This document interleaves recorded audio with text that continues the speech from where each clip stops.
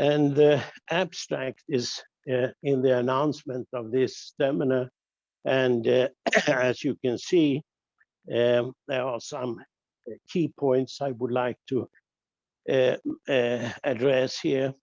And one not to be misunderstood is that the science, norm science, is not a normative in the sense that it prescribes what is good or bad or right or wrong. It's an empirical approach where you study existing norms on different fields. When it comes to law, it's the operational side. I will comment upon that because that's, I mean, a very important distinction when it comes to how sociology of law approach law. And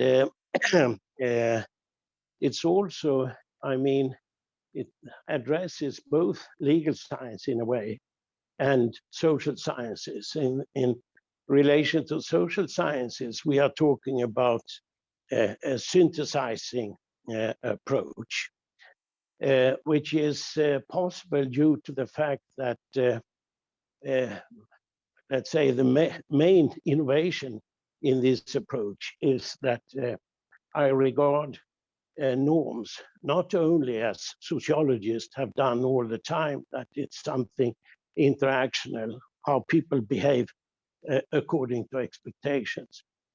For me, taking the starting point with expectations, I used to say that expectations today are mostly in relation to systems, what systems tells us to do, infrastructure, digital technology, you name it. I will come back to that. So this is a question of expanding the sociological understanding of the norm concept. And that is nothing I have seen as any followers in other subjects, actually. Those most interesting I've come across and who have approached me is feminist researchers with this norm critical perspective. They can understand this, but otherwise it hasn't happened much in relation to this. The table of contents in the book, just briefly mention to get an overview. Why do we need a science of norms? That's a quite extensive chapter. Then a bit shorter, two competing normative words and their internal changes over time. One chapter is about norms and action systems. It's, I mean, let's say mostly the sociological background and onwards, my own inventions, so to say. Law as a system of norms give me the possibility to elaborate on let's say, law from a sociology of law perspective, because law is not that much of an interest as a general phenomenon, paradox. But of course, there are many sociological studies relating to law, but not, let's say, with the ambition to add or to aggravate knowledge about these phenomena. So I will come back to that also. The evolution of norms and law is a kind of empirical study of how has law and norms developed over time. And that's also something which hasn't been taught upon much. And that lay the foundation for a theory of legal change.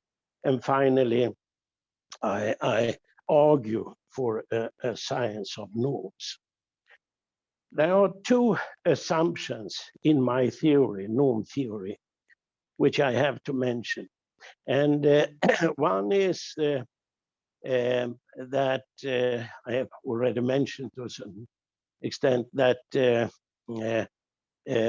law is studied from a societal content and aspect, not a legal dogmatic. And this is a figure or a slide I've used in other settings before. So I mean, this is the possibility to study law with social science methods. You look at the background of law and legal order, and you can look at the consequences and functions in different respects. So what should you choose here? It's a question of your knowledge interest. I mean, if it's politics or economy or social structure. This is, I mean, a way of giving legal dogmatic a kind of understanding. You deduce the legal system from the politics, and then you, I mean, deduce or subsume law under certain situations and apply it in specific cases. And this perspective is per se not interested in the former one. They are not in legal dogmatics interested in causes and functions and consequences. Some might use it, but in general, I talk now, give a picture in general. So this is just to show that one say many times that law has a very atomistic view on society, which differs from sociology of law. So for legal science, society is interested only in these tiny parts where law hits the ground, so to say, via the requisite of the paragraph or the provision. So, but this is a kind of picture I use just to show the difference, and I have reason to, if you keep that in mind, to come back to it. The second assumption in my norm theory is that society is developing in cycles. And that's also nothing which is, let's say, mainstream in sociology or social sciences. This is inspired from the French Annales school. Ferdinand Braudel and others have written about these things. Word system theory of Immanuel Mallerstein fits into this, and of course Kondratiev, who had cycles on 60 years, but that he was focusing on the economic development. And I used to say that social science have theories almost on everything, but not on its own development, that is society's development. But don't you think about economic history? Yes, okay, they have theories about societal development, but they only, so to say, focus on economic aspects. So if you twin economic with political and social and other aspects, cultural aspects, you get a kind of thicker perspective on these things. This is, by the way, something Thomas has helped me to construct, and Of course, this one could continue there to be parallel with that, etc., but that's not your fault. It's my instructions. But the point here is, as you can see, that the idea is that one society, succeed another. And we have gone from what is here labeled as handicraft society to an industrial society. Handicraft, it's a question of the agrarian society, and industrial society. We didn't talk about industrial society until quite late, actually. And therefore, we don't know actually what's coming. Cyber society is a label here which might fit in a longer perspective. And the idea is that the society develops in different phases. Here you have a technological initiative phase, and then you have an entrepreneurial phase where the ideas are spread in larger scale until you have an administrative era here where the universities play a great role. People think that the innovations, new ideas come from university, but they do. They come from outside and might be picked up here and perhaps refined and so on and so forth. And then we have phase 4, dominated by politics. And the peak, according to one of the few who has really elaborated on this issue, Manuel Castells, Spanish-born American professor from Berkeley, who has written 3 thick bands about the information society. And he has, claimed that the peak in the Western world, in Europe, US, and Japan, was almost at the same time here, the industrial peak, so to say. And after that, it has, we are a bit on the slippery slope. The phase 5 has to combat different problems. And that's something also I will come back to. But the point is that before that is on its peak, a new society has started to grow, ideas about. And that was the informational society to start with, where the electronic technology made it possible to collect data for different purposes, which gave rise then to GDPR, I guess. This kind of problem. And now we have reached, on the new era here, a digital stage, where, we see new phenomena, which is quite different compared to the industrial society. This is just, as I said, an assumption which the whole norm science theory is built upon. So I have reason to come back to this later on. Quickly mention that I calculate, and I'm not alone with that, about 2 kinds of norms and normative systems.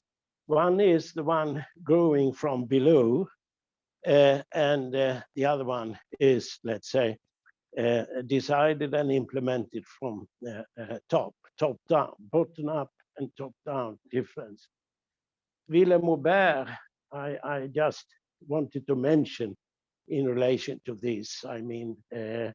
many agree upon this, but Willem Aubert was one of the first pointing out that. And Willem Aubert, in my mind, is the most famous sociologist of law in Scandinavia over the years. He died, unfortunately, 1989, I think it was. Friedrich Hayek make a distinction between normos and thesis, which is similar. The distinction is between two kinds of social orders. One that emerged spontaneously from below, and one which is then a constructed order. And that, I think, also is a kind of watershed in understanding norms and normative systems. But coming back to the essence of norm science, this is the most, I have said that we have two kinds of normative systems, and I didn't spell out clearly that the constructed one is law and the legal order, religion, mostly these two. And the spontaneous ones are those, of course, related to social interaction, something which is built successfully when we interact to each other. But also normative systems constructed at the civil engineering school about how to approach nature in the most effective way, etc. They learn actually norms, how to act. You should do that when you build something, when you construct a car or build a house, etc. So the civil engineering schools, they are, as the economic school, they are talking in cognitive terms, but the utmost interest is to learn how to act, namely norms. So that's, I mean, important, I think, to keep in mind when you study different phenomena. The analytical perspective. It is, well, let me jump to the next slide. It is a question of, because social science, they copy natural sciences by studying quantitative terms, relation between things. But social science and behavioral science must take into account why are people acting in certain ways. And that have given me the firm idea that it's motives. People have motives to act in certain ways, and you have to catch these motives in order to understand how people and society behaves. And there is only one science which does that, and that's psychology. Psychologists analyze why did you act in that way as a criminal or whatever. They try to come close into the mind of people. But you can't aggregate people's mind in order to understand why people act as in large scale, or why society is developed in the way it is. Then you have to have an instrument to detect motives on a collective level. So if you use this as a kind of, let's say, screening device, trying to figure out in certain situations, what was the will, what was the knowledge and cognition, and what are the system conditions, you come close to this. Of course, this is very, I mean, how to put it, unsure data, unsure results. That's the problem social sciences has to fight against the natural sciences because they count and have figures on everything. But here, you might not have firm figures, but you can get an understanding of why. And then you can come closer by doing empirical studies in relation to this. So my idea here is that in order to get something to happen, it starts mainly with a will. You want something, but it's not enough that you want something. You have to have knowledge how to pursue. And it's not enough you want something and know about it. You have also to have the possibilities.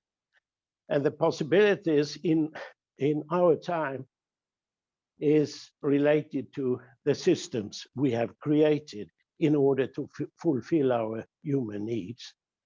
And I will elaborate more on the lower part, the system conditions, later on in the slide. And I am sorry for bringing up a lot of complicated things here, and without letting you raise questions in the meantime. We didn't say anything about that, but I hope you excuse and try to remember if you want to raise that afterwards. We have only covered chapter 1 so far, but I will speed up now. Because the second chapter, as I said, is about the two competing words which Jürgen Habermas has labeled life word and system.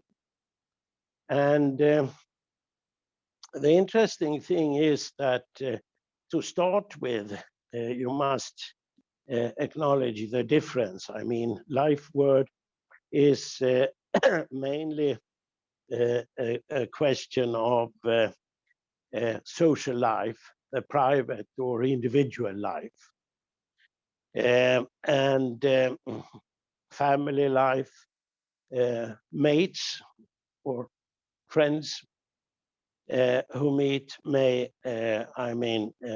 construct ideas in relation to life word. But Habermas' point was that he found out that the life word is colonized by the systems we have created, from school system, economy, market, technology, etc. They catch us and they make the life word to shrink, become of less importance, so to say. And we can perhaps jump over this one, but let me, if you remember this curve with the different phases, here you can say that the life word is something which is dominating in the lower part of the curve before it's settled, so to say. When something is open, everything is open. No system,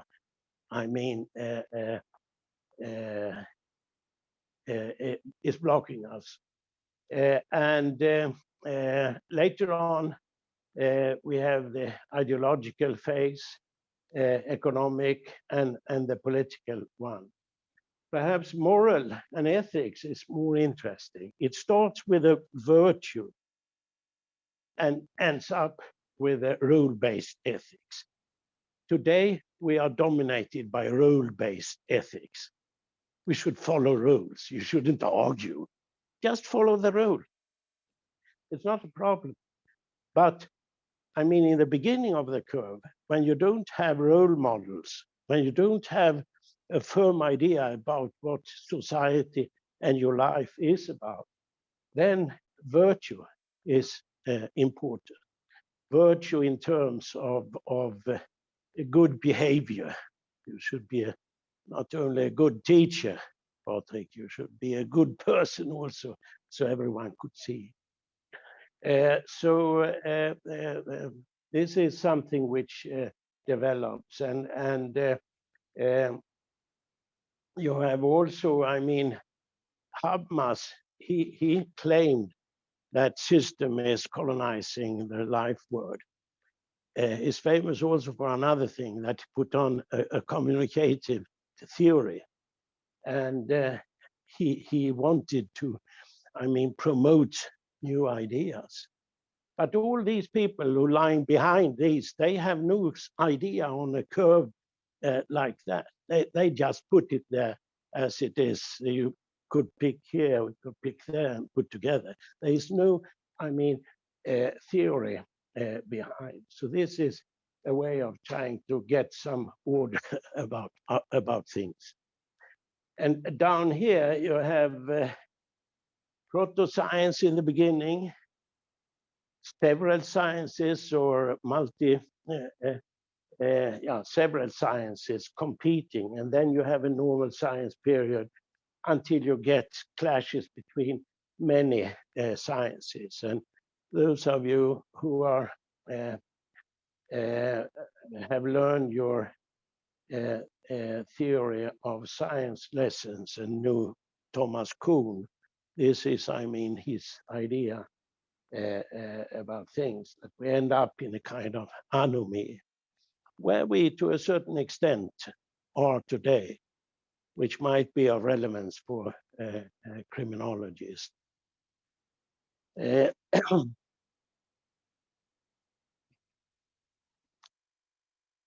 I said I will comment more closely on this one, and let me then just underline what I said in the introduction, that norms are built on expectations. And expectations, they are to a large extent related not only to the social culture, also to the economic system and the market, the technology, and the digital technology. We have this, for instance, I come back, political administrative norms that we you can say that I want to go back quickly to that one, because I didn't mention that these influence each other. The system conditions is very important for the will. I mean, I used to say that we don't want anything today which not the system provides. But isn't that self-evident? It might be, but when the system grow like they have, it's serious. I mean, this consumer society, go out and shop and look on these supermarkets or this, you find a lot of consumer goods, which, I mean, who have asked for that in that amount, etc. And technology, you know, this concept filter bubbles. Today, it's not any longer the consumer which asks for goods in the market, which creates a demand. Today, it's the seller and producer which create the demands by telling us, whatever you click, you know, all these things. I mean, they cheat us, and the filter bubbles use that we only talk with people who feel the same and have the same ideas. So that's I think one more thing with this. I have a social science explanation for the climate problem, namely that whatever we do here has consequences in the physical, in the nature, in the biotic and physical systems. But it's not the other way around. Whatever happens out here due to our acts, it's not an automatic feedback down to society. Quite the reverse. If something dramatic happens out there, it might, but it doesn't help to say, okay, 30 years it will be 2 centigrades warmer, and the water will flow over Skanör and Falsterbo and large parts of Scania. People doesn't react on that. It has to be something dramatic. So it's many times too late before people act. And one more thing, short. In a social science perspective, these are not accounted with. I mean, you don't take nature, the biotic system into account normally in a social science study. But today, more and more are creeping on us. Here you have this COVID thing. We have to, it has certain implications for our way of behavior, our norms. We go around with a lot of this shit, talking as a Swede, etc. So I think you get my point there. When it comes to law as a system, it's for the first, not one unity. In every sociology of law book, you write about law, law, law, law, law. But what law? Law is differentiated. So you have also in sociology of law, I think Reza Banaka claims that this is the only problem which is generated by sociology of law in itself. Otherwise, it's migration, human rights, environment, etc. But one problem which belongs to sociology of law is legal pluralism. And if you look at legal pluralism, why don't you look at the legal system as such? The legal system is differentiated in criminal law, private law, public law, international law, and perhaps human rights law. And they are quite different. They can't be treated in the same way. Duty norms, as I call them, belong to private and criminal law, goal-oriented law. You can hear the term sometimes, but not in mainstream sociology of law. Is something completely else. This is law. This is not law. Yeah, actually, it's more policy-oriented, more for political scientists. And balancing norms, no one deals with, because that is something which belongs to the transitional society and inter-system conflicts. And I will also come back to that in a slide, but I see that I put this one before. Because the last sentence, legal rules are nothing else than norms that have been adopted to the legal system. And that gave rise to two, for me, questions, key questions, which ought to be important for sociology of law, but hasn't. And that is, what happens when a norm becomes a legal rule? Does the norm undergo change? Yeah, to start briefly with what happens is that the norm is taken care of by a profession, the legal profession. We have legal schools. We have a court system, police, and prosecutors, etc., working with these things when the norm becomes a legal rule. So it ought to happen. Some change ought to happen here, and that would be to fine-tune sociology of law. Important to understand what happens when a norm becomes formalized like this. Of course, why should we know about that? But as I said, to fine-tune sociology of law knowledge. What norms become legal rules? For mainly the idea is that we have social norms and legal norms. And no one asks what is the difference and where they come from. As legal rules comes from the political system, point, full stop. And they do, but before they reach the political level, they are a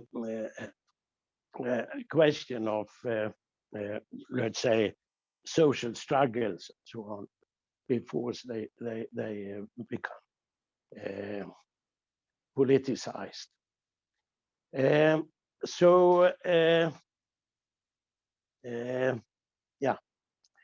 you can read the last perhaps there.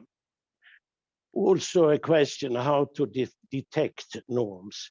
And to make it briefly, I think it's a question of identify patterns. I mean, the classical picture is when you take a picture of a queue.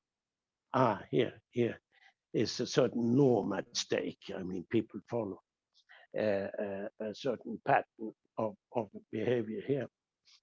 But I mean, patterns could be in relation to what I talked about earlier about will, knowledge, and system conditions. And let me also point out that Måns Svensson in his dissertation claimed and showed that you can also measure the strength of the norm, but then you have to have a certain norm to start with. I mean, what Måns did was to map the strength of traffic regulation. You can map human rights, you can map environmental legislation perhaps and other, but it has to start with you have to have a given rule or norm to compare with. And I have no time to explain more about that now here. Let me briefly say something about the evolution of norms and so, because that is nothing which sociologists of law has dealt with at least much, because of course you have Durkheim and his claim that we had a change from mechanic to organic society, which he referred to changes in law as a proof. We have also sociologists who have written about the change from formal law to substantive law to reflexive law / Teubner. We have Nonier Selznick at that time in the 78. They wrote about the change from formal to material law, which was almost the same, etc. But what I felt a need for was to start with to count laws, the trivial project. But this is how law has developed over time. And the interesting thing is that you see the peaks in relation to the First World War and the Second World War.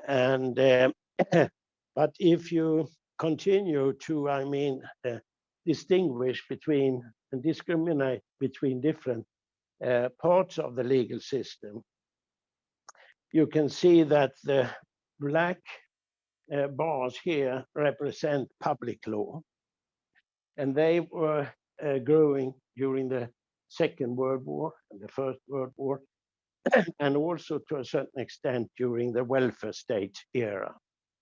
And you can also say that civil and criminal law, the yellow bars here, are fairly stable. But you see also a new phenomenon coming up here, the brown bars, and they represent what I call the intervening norms, and they grow in relation to what I call the transition society, the transitional part. And intervening roles, they are dealing with, as I said before, inter-system conflicts. Normally, law is about intra-system conflicts. They deal with contract conflicts, labor law conflicts, etc. But they are then kept into the same system and can therefore be handled in a normative straight way. But here, if you take wage labor, you can see that wage labor is related to the worker, to the employee, and that is a person, a living individual, with his or her preferences. At the same time, it's legitimate for the employer to look at the worker from an economic perspective. It's an investment. It's a product in goods. It sounds a bit rough, but nevertheless, it is like that. And then you have economic rationality standing against the social rationality, efficiency before security, productivity before community, etc. So this is something which law has to deal with and try to make a compromise, not to create upheavals in society. So here on that side, you have law, not on this side, because that's provided by the system by itself. But these values standing against the require a law, and that is labor law. And most of these labor law, if you go back in history, which I have done when it comes to work environment legislation, for instance, it is the fear of class conflict that the workers and the communists should take over if we don't do something to show the responsibility from society. So therefore, legislation has been gradually introduced on the left-hand side. And it's the same when it comes to environment. You have ecological norms standing against economic norms, dealing with the same kind of problem, nature and resources. But it depends, if you look at it at resources, economic rationality, efficiency, etc., will come to the fore. While if you have the ecological perspective, it's more a question of renewable reproduction, etc., as you can see. So this is something which environmental law deals with. And it's a question how long you can work with compromises to solve these problems. Just a few more slides. And this I go through quickly, but I think it's interesting. Roger Cottrell has written about a lot of things. Among other things, he brings up how different values, voluntas and ratio, stand against each other. The same with the order and justice and some other. And he, just to explain, voluntas stands for the political authority, for the political system's dominance, while the ratio is the perspective of normative consistency and moral values and so on. And Cottrell regards these opposing pairs, as he says, as paradoxes standing against each other. And he leaves us with that. But I'm not content with that. So I agree, for my own part, that the development of norms portray a pattern which implies a movement from one, let's say, to the other, from voluntas to ratio, from imperium to community. So in the beginning of the curve here, it's ratio and community dominating up to, let's say, here. And here are the conflicts, fears, but then the voluntas take over and the political system dominates. And when you have reached this level, I didn't mention that when I talked about system and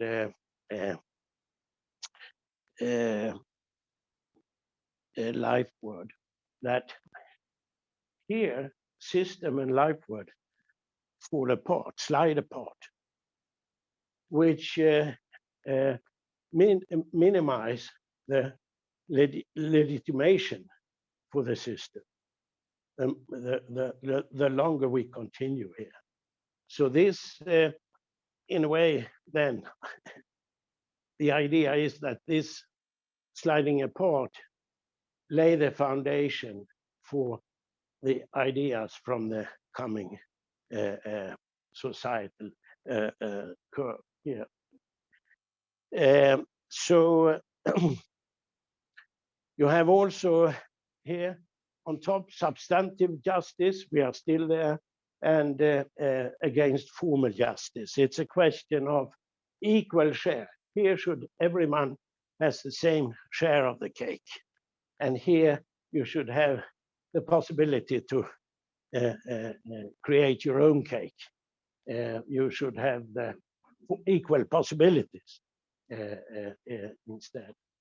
And this is something which, I mean, follow the same kind. You can empirically, I mean, study this and get support for it, even if you follow the development of law as an indicator.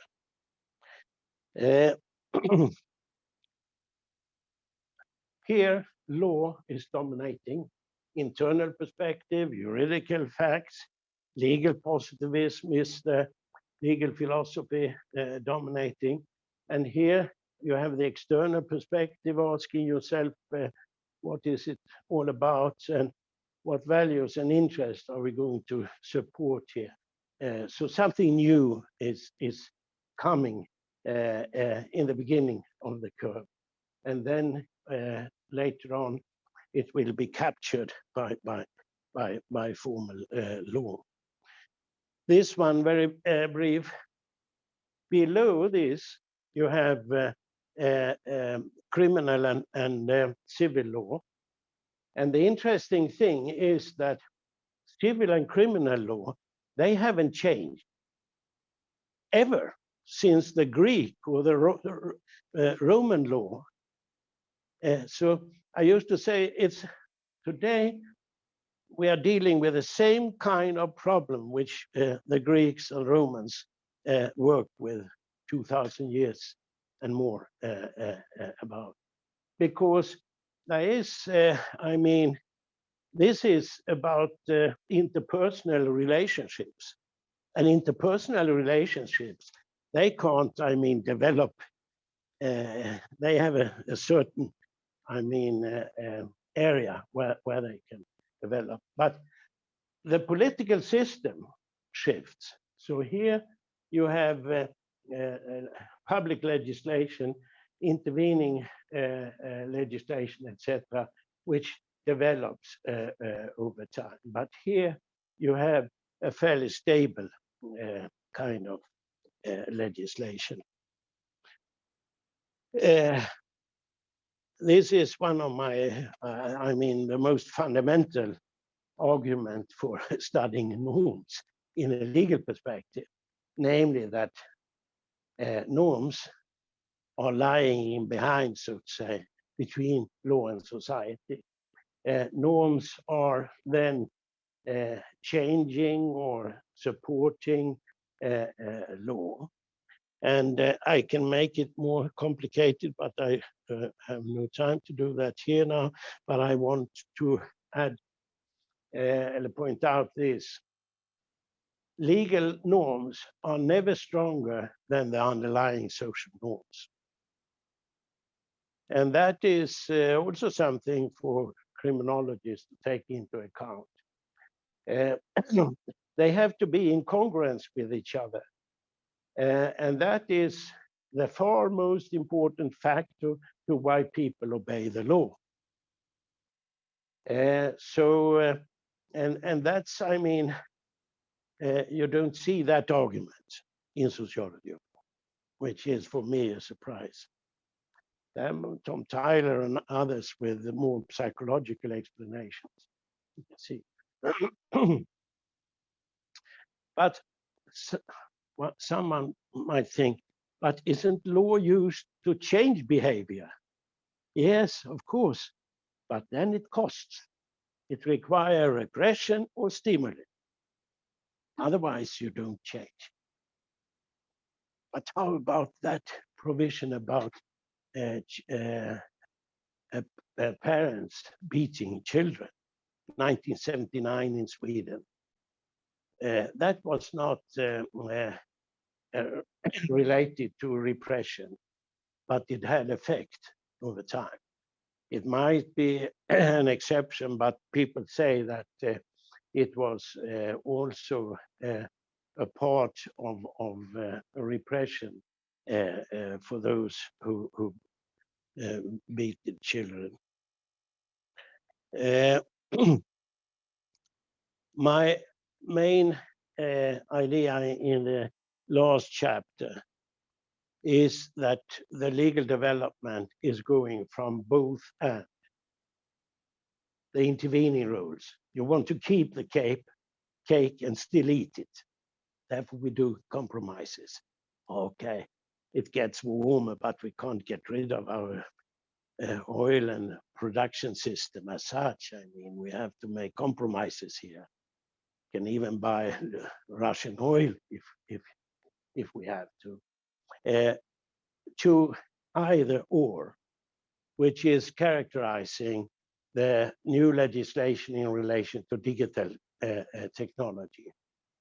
There you have to make a choice if we should accept the new technology in relation to surveillance, in relation to gene technology, etc. We have a lot of examples of this where we have said, no, we can't go further here.